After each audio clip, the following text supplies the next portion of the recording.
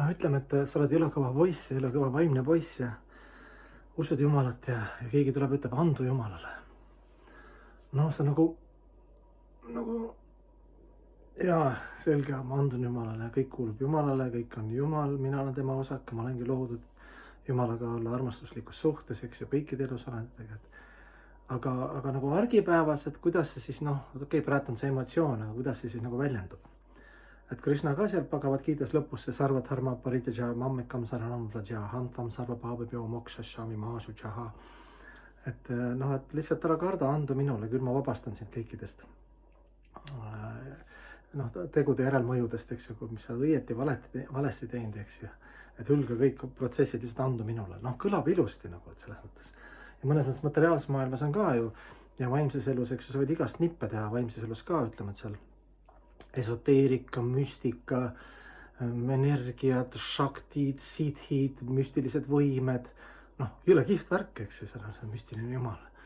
Aga siis Bhagavad Gita lõpus Krishna ütleb, et väga tore, et need teadmised lihtsalt viivad sinna, need on sellised väiksed teekesed, see kõige põhiline tee, et me omavahel,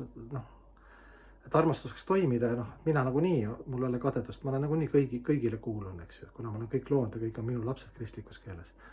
Sinu teadusele ainult üle, siis ka minule anduda, mind ka armastada, mõista, eks ju.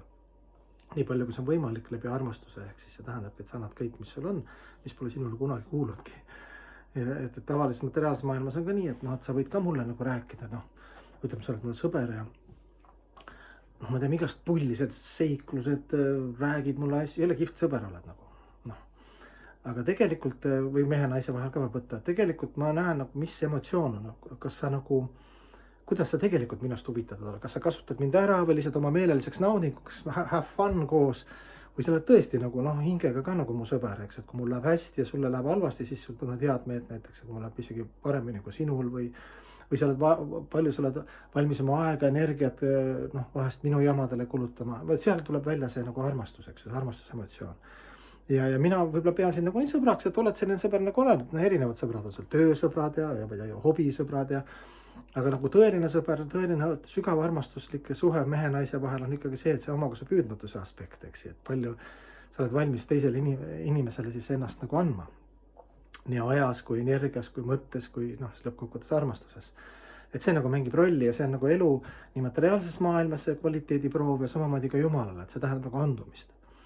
Aga siis on vaja edasi, et pärast Krishnat kehastus Chaitanya, kes Jumala kehastus, väga esoteeriline kehastus, aga kes tegelikult näitas, mis tähendab siis puhas Jumala armastus nii erinevatel etappidel, kui mis see tähendab siin maailmas elada, mis see tähendab Jumalale anduda, aga see tähendab, et sa lihtsalt oled andunud kuskil templis, kukkust pikali ja oled andunud, et see hetk andusid, aga siis tõused püsti, sa oled välja templisse sinna elu, kuidas pead sööma, mõtlema, tegutsema, suhtlema, toimima vastavalt oma loodusele, dharmale, eks ju, see on juba terve suur kunst ja seal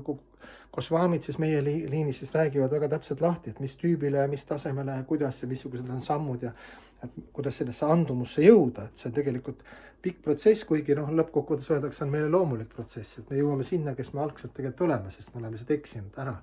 Ja see religioon ja vaimsus ja kõik juhatabki meid tagasi sinna meie olemuse juurde, algse hinge juurde, mis see hinge ja Jumala point ikka on, kui olla armastatud ja armastada ja kõikide elusolendite suhtes ka.